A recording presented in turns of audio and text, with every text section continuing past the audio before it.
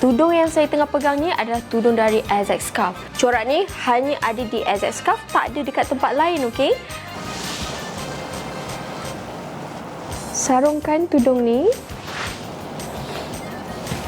Kemaskan bahagian awning ikut kesesuaian muka masing-masing. Yang ni kita lipatkan dulu. Macam ni. Dan belah kiri pun kita lipat juga.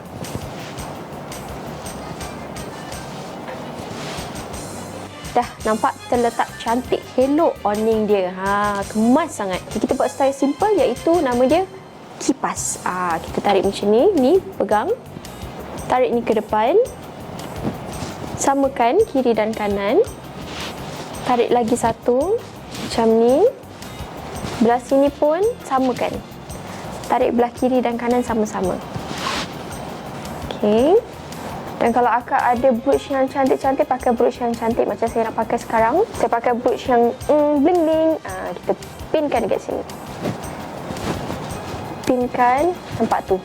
Ya Allah, cantiknya. Okey, lepas tu yang ni kita tarikkan ke belakang macam tu.